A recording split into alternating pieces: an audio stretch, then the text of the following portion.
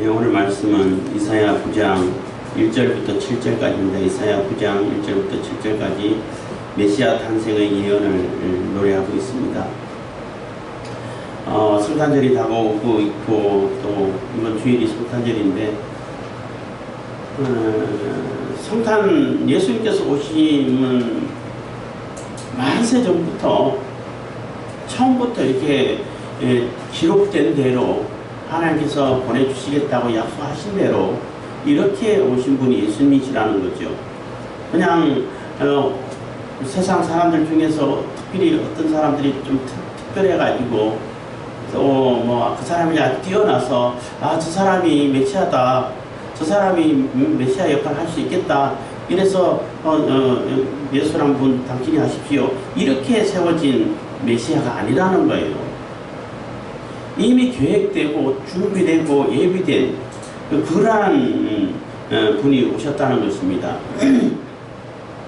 뭐 예수님 탄생 얘기하면은 자꾸 이제 천문학을 얘기하게 되고, 또 동방박사들도 천문학을 연구하던 사람인 것 같다 이렇게 표현을 할 수 있는데, 그 천문학에서도 제가 강의를 좀 들었는데 들어보면은 너무나 성경하고 똑같은 얘기를 하고 있어요.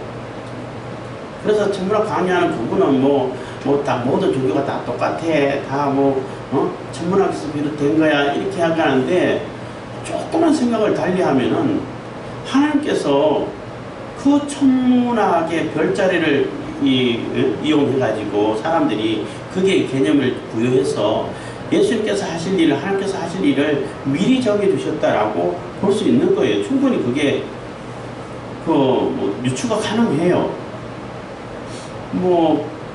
천문학 강의하는 그분이 저 별자리, 천국을 상징하는 별자리가 있는데 거기 한번 가보고 싶다고, 어떻게 생겼길래 그걸 천국을 상징할까, 이런 얘기도 한 적이 있었는데, 제가 그거 들으면서 그거 가봐야 아무것도 없어요. 불밖에 없어, 불밖에.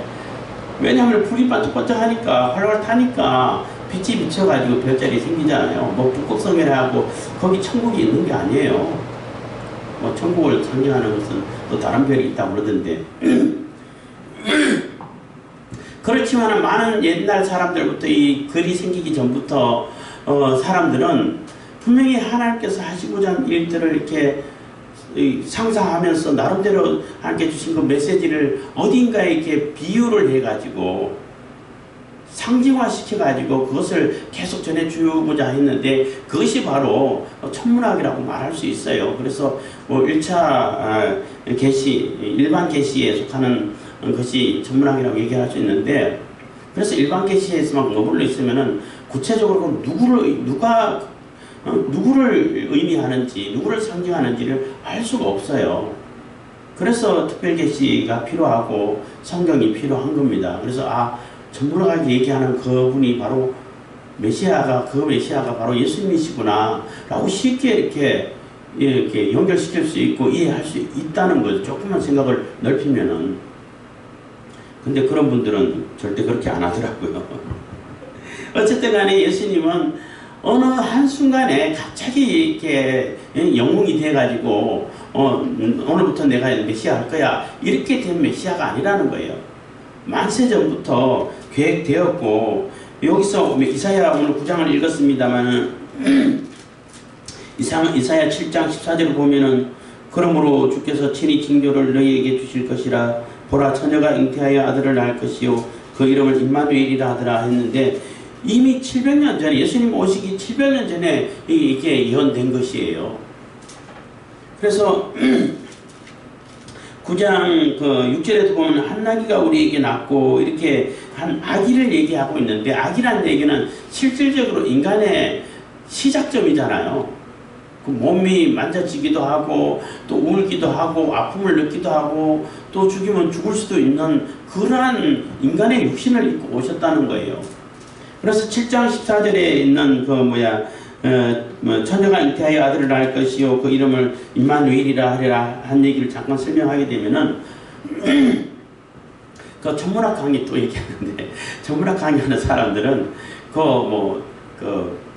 처녀 자리, 물고기 자리 이렇게 얘기를 해가지고 그 시대 때의 영웅들, 또 나라의 임금이라든지 왕이라든지 지도자급에 있는 사람들은 다 이게 처녀 탄생의 그 설화를 가지고 있다.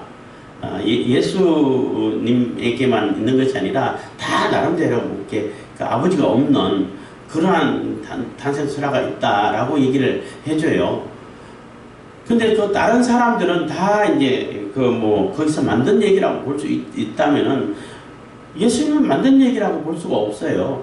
하나님께서 주신 말씀이니까.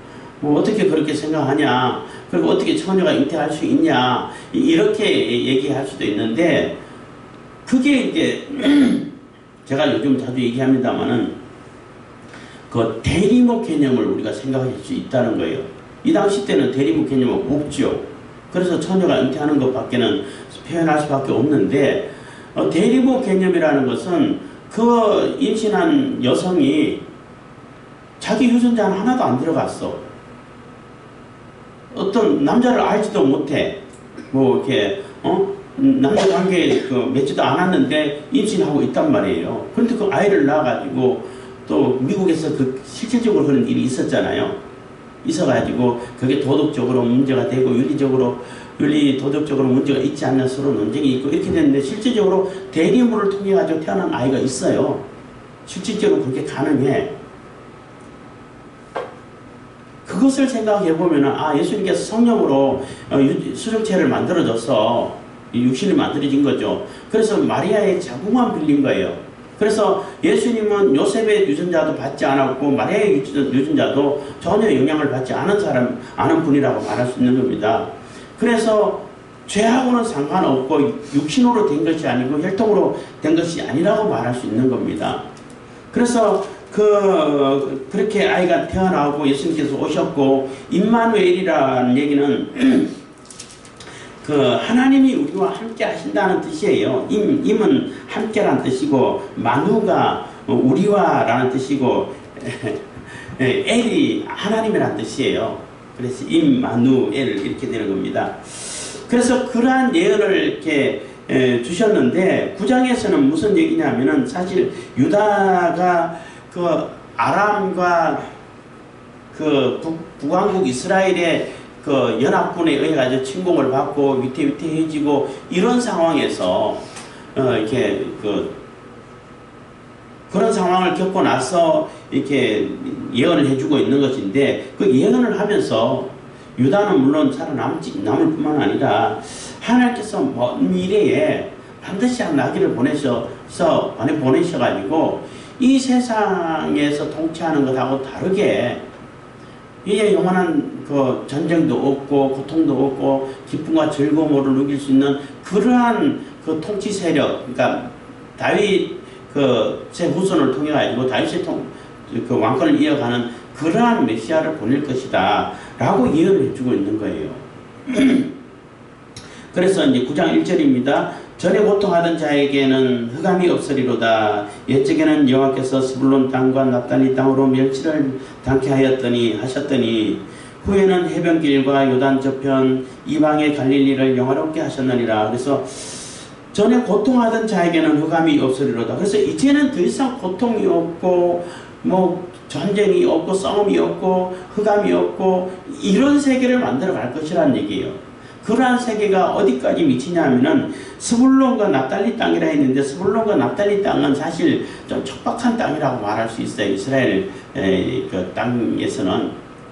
그래서 좀 약간 산지가 많고 척박하고, 그리고 그러니까 나라 저 북쪽 끝에 있다 보니까 매번마다 침공이 외세의 침공을 너무 많이 받았어요. 너무 많이 받아가지고 뭐 하루라도 바람 잘 날 없는 것처럼 이렇게 괴로움을 당하고, 그러다 보니까 자꾸 침공이 있고 또 뭐 산악도 별로 좀 척박한 땅이고 하다 보니까 굉장히 소외가 많이 되던 지역이라고 보시면 돼요. 이스라엘에 있어서 자꾸 소외당하고, 사람들이 또 이스라엘의 국력이 세면 그까지 또 힘이 미치겠지만 국력이 안 세면은 맨날 거기는 그냥 버려진 땅처럼 이렇게 지내던 땅이 바로 스불론 땅과 납달리 땅이라고 말할 수 있는 것이고, 갈릴리라는 곳은 아스리아가 그 북왕국을 이렇게 멸망시키면서 막 혼합 정책 해가지고 이방인들 잔뜩 데려와가지고 놀게 하고 거기 살게 하고 섞어서 혼합되게 해서 살게 하던 그런 지역이 갈릴리 지역이에요. 근데 이 이사야가 예언하던 이 시기에 때는 아직 그 뭐 이런 그런 상황이 벌어지지는 않았죠. 그 갈릴리가 이제 막 혼합되고 이방인들이 들어와 섞여 살고 그런 지역은 되지 않았는데 벌써 그런 얘기를 하고 있다는 겁니다. 그래서 예언이라고 말할 수 있는 거죠. 그래서 그 소외당하고 또 뭐 억압당하고 맨날 외적 침입 들어가지고 사람들에게 막 핍박을 당하고 또 억울하게 다 탈취당하고 이런 지역이었는데 이제는 그런 지역조차도 이제는 흑암이 없고 싸움이 없고 영화를 얻게 되고 영광을 얻게 된다는 거예요. 그래서 이 9장 1절은 마태복음에서 인용을 했죠. 예수님께서 결국은 갈릴리 지역에서 사역을 시작하시면서 갈릴리를 배경으로 해가지고 많은 사역을 하셨잖아요. 그래서 이 예언이 응답되었다, 이루어졌다라고 이렇게 표현한 것이기도 합니다. 그래서 그 갈릴리를 영화롭게 하셨느니라. 2절 흑암에 행하던 백성이 큰 빛을 보고 사망의 그늘을 진 땅에 거하던 자에게 빛이 비치도다 해서 흑암에 행하던 백성이 큰 빛을 보고 사망의 그늘 진 땅에 거하던 자, 사망의 그늘 진 땅에 거하는 자는 소망이 없죠. 희망이 없고 소망도 없고 누구 말대로 죽지 못해서 사는 이런 상태가 된다는 거예요. 아무런 희망도 없고 누가 도와주는 사람도 없고 건져주는 사람도 없고 이렇게 그냥 그 언제 죽을지 모르는 그냥 죽음만을 기다려야 하는 이런 상황에서 하루하루 이어져가는 그러한 어둠의 땅이 된다는 거죠. 근데 그러한 곳에 이제는 생명의 빛이 비춰져서 환하게 비춰져서 생명을 얻게 되고 소망을 얻게 되고 희망을 얻게 되고 한다는 것입니다. 그래서 흑암에 행하던 백성이 큰 빛을 보고 사망의 그늘진 땅에 거하던 자에게 빛이 비치도다. 3절입니다. 주께서 이 나라를 창성케 하시며 그 즐거움을 더하게 하셨으므로 추수하는 즐거움과 탁지물을 나누는 때에 즐거움같이 그들이 주의 앞에서 즐거워하오니. 그래서 주께서 이 나라는 메시아가 통치하는 나라가 되는 거죠.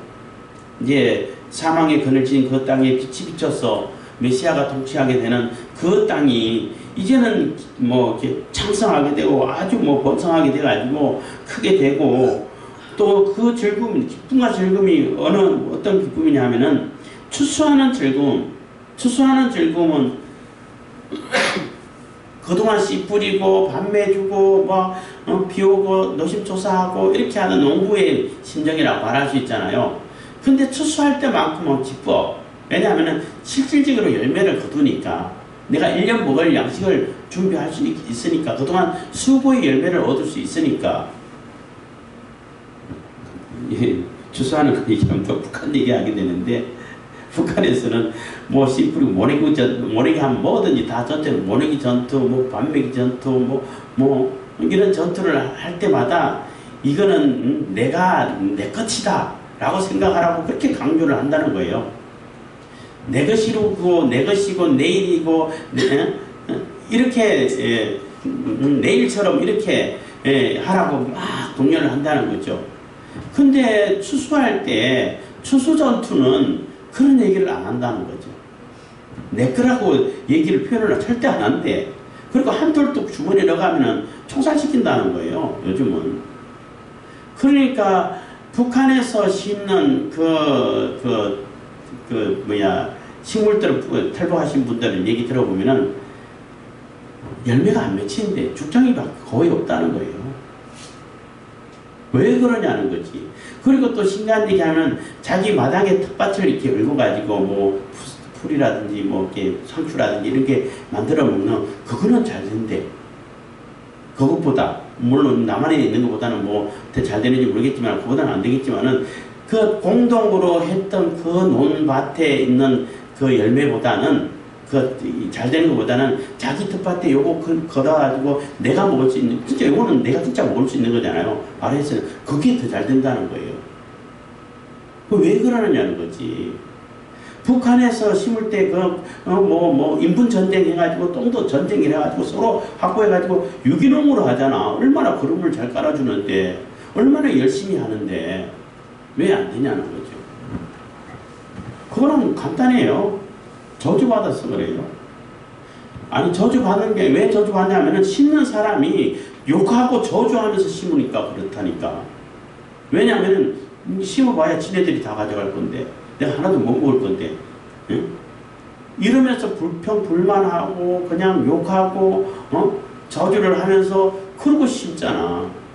그 식물이 잘 될 수가 없어요. 안 돼요. 근데 내 텃밭에 심어놓은 거는 저주하겠어요? 잘 되라고 그랬지. 축복하지. 그게 잘 되더라는 거예요. 그것처럼 어쨌든 간에 추수하는 즐거움이라는 것은 뭐 이게 북한 사회가 특별한 이게 지옥과 같은 삶이라 가지고 이게 뭐 이런 얘기를 하게 되는데, 보편적으로는 내가 열심히 농사하고 내가 열심히 일을 했으면 그걸 내가 추수해 가지고 내가 그 열매를 먹게 된다고. 거기서 이제 10분의 1을 떼가지고 또 하나님께 드리고 또 이웃을 위해서 10분의 1 복지 정책을 위해서 또 모으고 이렇게 하지만은 나머지는 내가 먹는 거예요. 내가 수고했기 때문에. 그러니까 그 추수하는 즐거움이 얼마나 크냐는 거죠. 그리고 추수는 이제 농사일이 끝나잖아. 더 이상 추수하게 되면은 더 이상 뭐 밥 메고 뭐 김 메고 이런 거 없잖아요. 마지막 열매를 거두는 시점이잖아요. 그렇기 때문에 추수하는 자의 즐거움을 표현하는 겁니다. 그리고 탈취물을 나누는 때의 즐거움 같이 해서, 탈취물이라는 얘기는 전쟁이 끝났어. 승리로 끝냈어.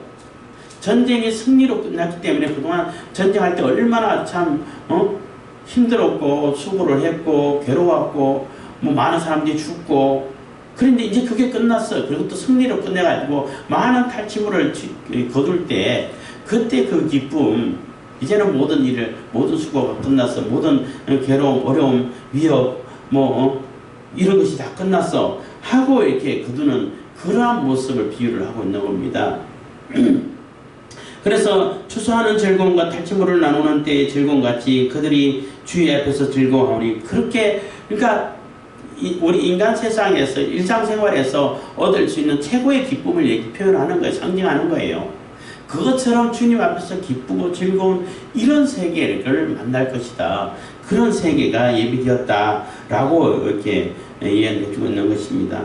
4절, 이는 그들의 무겁게 맨 멍에와 어깨의 채찍과 그 압제자의 막대기를 꺾으시되 미디안의 날과 같이 하셨음이니이다. 그래서 그들이 무겁게 맨 멍에, 그들의 어깨의 채찍과 그 압제자의 막대기, 이것은 너무나 억압적인 상황이죠. 그 막 강제 노역에 시달려야 되고 또 열심히 추수해가지고 거둘라 그러면은 적군들이 와서 다 뺏어가 버리지. 또 하라고 한 대로 안 하면 채찍을 당할 수밖에 없지요. 지금 북한 사회가 똑같은 사회가 되는 것 같아.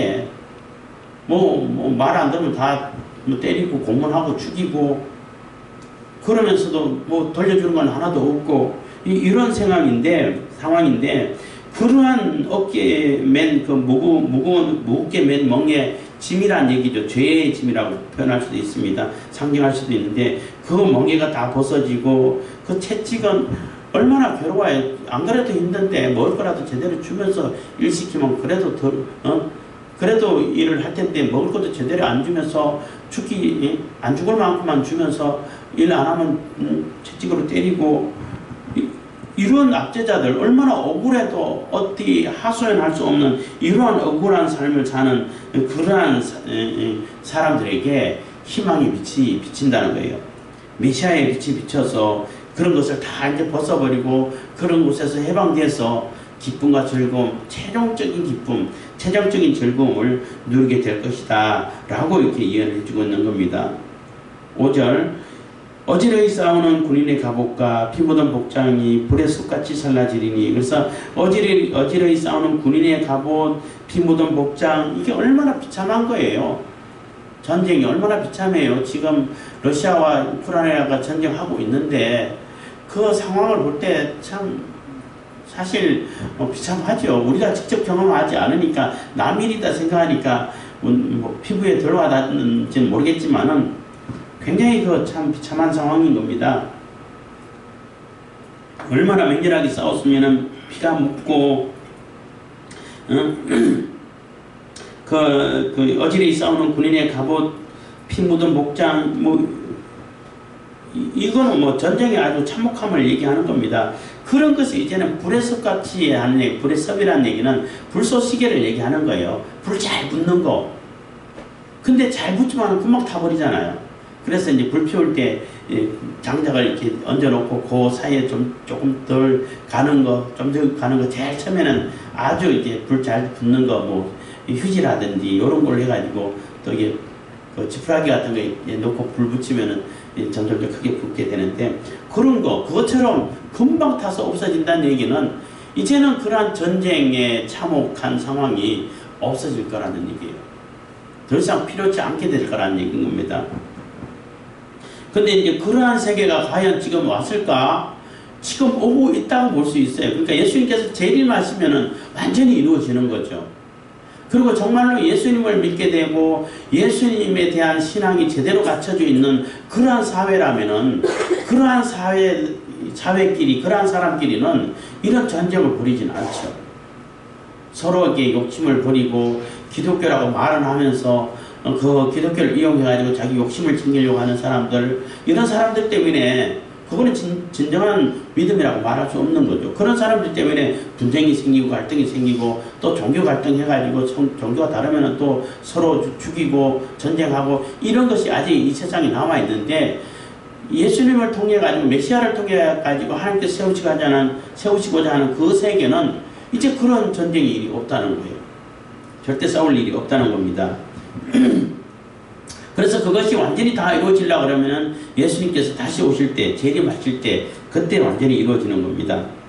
그래서 어쨌든 그러한 세계를 만들고 이제 더 이상 피 흘려서 싸우는, 전쟁해야 되는 그런 참혹한 그러한 일이 없을 것이다 라고 이제 소망을 주는 거죠. 그래서 스불론이라든지 납달리라든지 갈릴리라든지 이런 지방에서는 맨날 이렇게 쳐들어와가지고 다 뺏어가고 죽이고 죽임을 당하고 억울함을 당하고 이렇게 희망 없고 사망의 그늘 진 곳에서 소망이란 손톱만큼도 없는 그러한 삶을 살다가 이제는 큰 빛이 비쳐서 너희들에게 이제는 전쟁의 참혹한 그런 상황 같은 거 안 벌어질 거야. 그런 전쟁이 없는 그런 세계를 만들어 줄 거야. 하나님께서 그런 세계를 예비하고 계셔 라고 이렇게 메시지를 전해줄 때에 그 마음속에 얼마나 소망이 솟아나겠냐는 거예요. 그래서 이제는 희망이 있구나, 생명의 희망이 있구나 라고 이렇게 그 소망을 가지게 된다는 것입니다. 근데 이 유토피아라고 그러죠. 그 유토피아 세상, 전쟁이 없는 세상은 사회주의 해가지고 이루어지는 게 아니에요. 사실 사람들은, 인간은 이런 세계를 만들 수가 없어. 못 만들어. 만든다고 얘기해놓고 결국 만들어 놓은 거 보면은 지옥을 만들어요. 디스토피아라고 그러죠. 유토피아가 아니라. 그래서 이 유토피아는 하나님 외에는 만들 수가 없어요.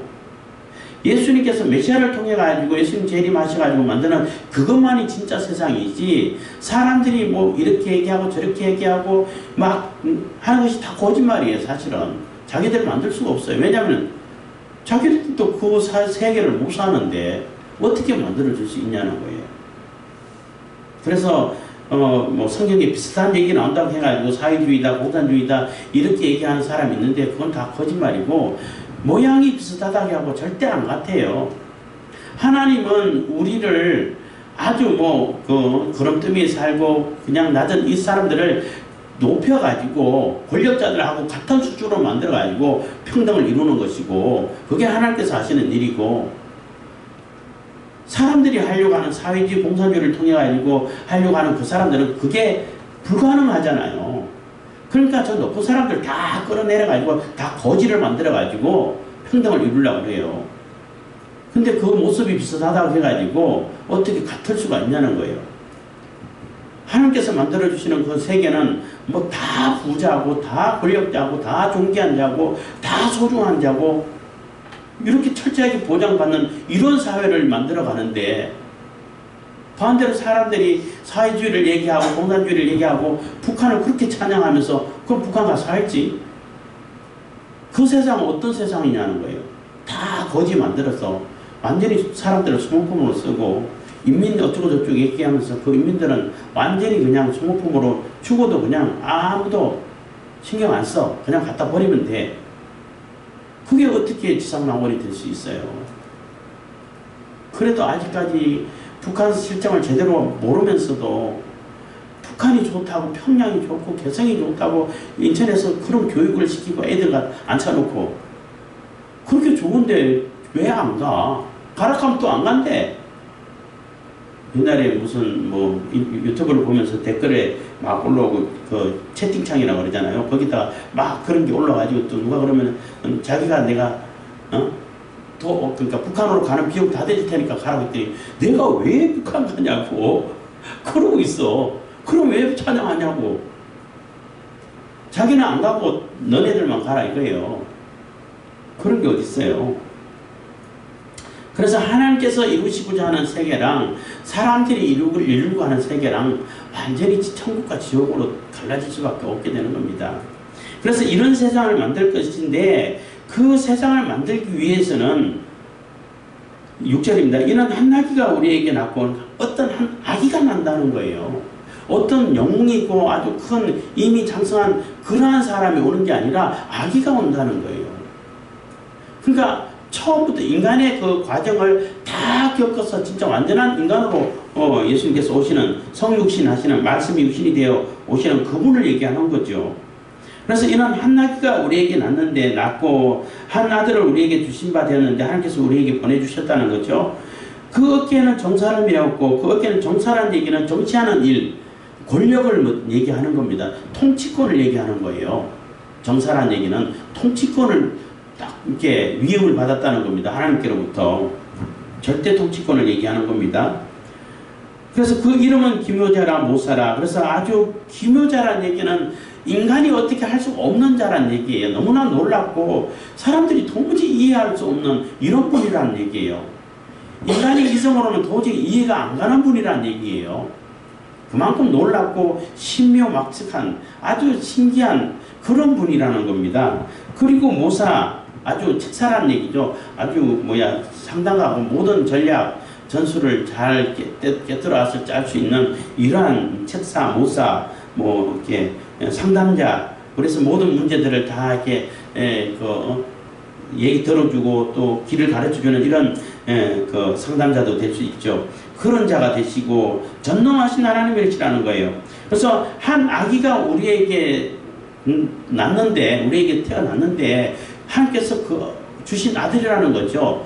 그 아들이 어떤 자냐면은 아주 기묘하고 놀랍고 인간의 이해로는 이해할 수 없는 그러한 놀라운 분이시기도 하지만은 아주 모든 전략 전술 책략에 뛰어나신 그런 모사고, 그리고 그분이 바로 전능하신 하나님이라는 얘기예요.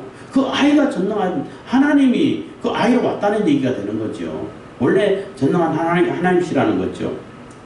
영존하시는 아버지라. 그래서 영존하는 아버지라는 얘기는 아버지라는 그의 칭호가 아버지라는 그런 그 말이 아버지라는 얘기가 의미하는 바는 보호자라는 뜻이에요. 물론 아이를 낳고 내가 친권자가 되기도 하고 하지만은 가장 결정적인 그 상징은 보호자라는 얘기예요. 절대적으로 보호할 수 있고 내가 다 관리할 수 있는 그러한 자가 된다는 거죠. 그래서 하나님 아버지라는 얘기는 하나님이 우리의 절대 보호자십니다. 이런 표현도 되는 거예요. 우리를 만드신 분이시기 때문에 또 아버지시기도 하고, 그것처럼 이 한 아기가 우리에게서 낳는데 그 아들이 하나님께서 주신 바 된 아들이고, 그 아들이 바로 아주 이렇게 통치권을 얻어가지고 하나님께로 절대 통치권을 얻어가지고 정치하시는 그러한 분이시고, 그분이 바로 아주 기묘하고 도무지 사람들로서는 사람의 이해력 가지고는 알 수 없는 그러한 아주 놀랍고 신비하신 분이시고, 아주 뛰어난 모사시고, 그리고 그분이 바로 하나님이셨다는 거예요. 그러니까 신성을 얘기하는 거죠. 그래서 예수님은 하나님이시고 하나님 아버지와 같이 계셨던 보호자시고 평강을 이루는, 영원한 평강을 이루는 평강의 왕이시라는 겁니다. 그래서 이는 한 나귀가 우리에게 낳고 한 아들을 우리에게 주신 바 되었는데 그 어깨에는 정사를 메었고 그 이름은 기묘자라 못 살아. 전능하신 하나님이라, 영존하시는 아버지라, 평강의 왕이라 할 것입니다. 그래서 바로 그분이 아기의 모습으로 온다는 거예요. 아기의 모습이 어때요? 너무너무 나약한 존재잖아요. 누구의 보호가 없으면은, 누구의 돌보심 없으면 클 수도 없는 존재예요. 그만큼, 그러니까 역설이라고 말할 수 있는 거죠. 그 엄청난 분이 하나님이시고, 전능자시고, 평강의 왕이시고, 뭐 기묘자고, 모사고, 이런 분이 아기의 모습으로 온다는 거예요. 그러니까 얼마나 큰 역설이에요. 뭐 이런 얘기 할 때마다 자꾸 얘기하게 되는데, 어떤 고등학교 다니는 학생이 예수님 잘 믿고 교회 잘 나가다가 어떤 선생님이 하는 얘기를 듣고 그때부터 교회 안 나갔다고 그러는데, 사람이 어떻게 하나님이 될 수 있냐? 사람은 하나님 될 수 없다. 어떻게 사람이 하나님 될 수 있냐? 그렇기 때문에 이 세상의 그 종교 지도자들 다 하나님 아니다. 이렇게 설명을 했다는 거예요. 그러니까 그 얘기 맞잖아요. 아, 그렇지. 그래서 예수도 4대 성인 중에 속하지, 예수가 어떻게 사람인 예수가 어떻게 하나님 될 수 있냐. 그거는 아니다. 이렇게 설명해가지고 교회도 안 나가고 예수님도 안 믿고 이렇게 됐다고 하는 얘기를 들었는데, 그 말이 틀린 말은 아니에요. 맞아요. 어떻게 사람이 하나님 될 수 있어요? 사람은 절대 하나님 될 수 없어요. 근데 문제는 하나님은 사람이 될 수 있다는 얘기예요. 요 얘기까지를 해줬어야 되는데 그런 얘기를 안 해줘가지고, 하나님은 사람 될 수 있어. 사람은 하나님 될 수 없지만은, 근데 예수님께서는 하나님이셨는데 인간의 몸을 입고 오신 분이라는 얘기예요. 그래서 요한복음 같은 경우는 그 가연설이라고 해가지고 육신의 몸을 입고 온 메시아를 인정을 안 해. 왜냐하면 육신은 더러운 것이라고, 이렇게 썩어 없어질 것이고 더러운 것이기 때문에 육신은 영혼의 감옥이다, 이렇게 생각하기 때문에 절대 메시아 그 거룩한 분이 어떻게 육신을 입을 수 있냐, 그래서 육신을 안 입었다, 이렇게 주장하는 종파가 있는데, 의단이 있는데, 그것도 틀린 얘기예요. 분명히 인간의 몸으로 입고 오셨다는 거예요. 입고 왔는데 입고 온 상태가 너무나 나약한 존재인 아기의 모습으로 오셨다는 거예요. 7절입니다. 그 정사와 평강이 더함이 무궁하며, 그래서 그 통치권이라든지 그 평강, 하나님께서 이루시는, 예수님을 통해서, 메시아를 통해서 이루시는 그 평강이 무궁하다는 거예요. 뭐 인간으로서는 도저히 상상도 할 수 없는 그런 무궁한, 그러한 능력을 갖고 계신다는 겁니다.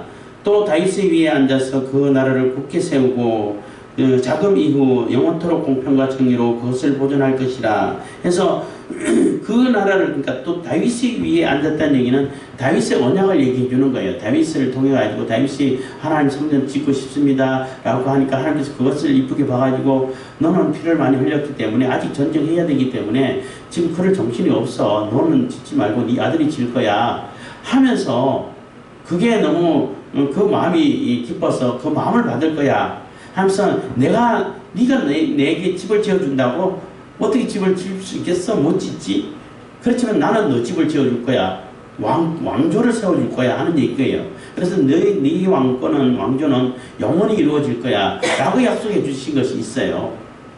그 약속이 다윗의 언약이라고 하는데, 그 다윗의 언약을 완전히 이루신 분이 예수님이라는 겁니다. 예수님께서 메시아의 그 권력을, 또 그 왕권을 영원히 이어가게 되는 거죠. 그래서 여기서 다윗의 위에 앉아서 그 나라를 굳게 세우고 흔들림 없이 세운다는 겁니다. 자금 이후로 영원토록 공평과 정의로 그것을 보존하실 것이라 해서, 자금이라는 얘기는 지금 이후로, 지금부터 이후로 영원히, 이런 뜻인 겁니다. 그래서 통치를 하는 데 있어 가지고 인간 세상에서는 지 욕심을 따라 가지고 자기 정파의 이익을 대변해 가지고 그렇게 통치하려고 자꾸 하잖아요. 그런데 예수님은 그렇지 않다는 거예요. 정의로, 공평과 정의로 통치를 한다는 거예요. 그래서 인간이 감히 흉내도 내지 못하고, 뭐 우리나라에 정의당도 있는데 정의가 없는 정의당, 민주가 없는 민주당, 뭐 고민 없는 고민정, 뭐 이런 농담을 누가 하는 걸 들었는데 하나님은 예수님을 통해서 통치하시는 그 통치는 절대적인 공평과 절대적인 정의를 이루신다는 거예요. 그렇기 때문에 사람들에게 불만, 불평이 없죠. 영원한 말 그대로 유토피아가 세워지는 겁니다. 영원한 천국이 세워지는 겁니다. 그래서 정의로 그것을 보존하실 것이라. 그래서 보존한다는 얘기는 계속 이어진다는 거죠. 그렇지 않으면 이것은 만군의 여호와의 열심히 일을 이루시리라. 그래서 이러한 세계 유토피아를 건설하고 하나님께서 메시아를 보내가지고 영원한 평화의 세계를 만드는 평화의 왕으로서의 통치권을 이루어가는 평화의 세계를 만드는 거, 이거 여호와 하나님이 열심으로 반드시 이루실 거라는 거예요.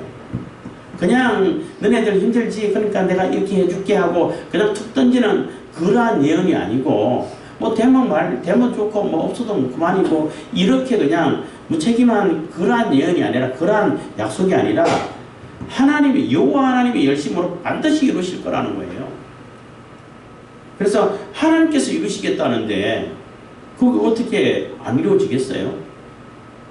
그렇기 때문에 예수님께서 이 땅에 오신 것이 우리 인간에게는 이게 무한한 희망인 것이고, 사망의 그늘에 앉아있는 소망이 없는 사람에게는 영원한 소망이 되는 거예요.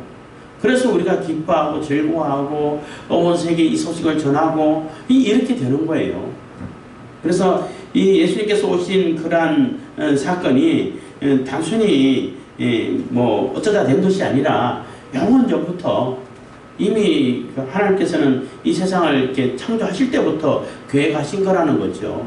그리고 실질적으로 이사야 선지자를 통해 가지고 예수님 오시기 700년 전에 미리 예언을 해서 이런 모습으로 오실 거야 라고 얘기해 주신 것이 실질적으로 예수님이 오셨던 것이고, 그 모습을 우리가 성경을 통해서 보게 되는 겁니다. 그리고 우리가 예수님을 만날 수 있고 예수님께 나아서 기도할 수 있고 예수님을 통해 가지고 영생을 얻어서 영원한 생명의 삶을 살 수 있게 되는 것이고, 천국 백성이 되고 하나님의 자녀가 되고 말 그대로 임마누엘을 이루는, 하나님이 우리와 함께 하시는 것을 그대로 실행되는 그러한 모습을 우리가 보고 있다는 겁니다.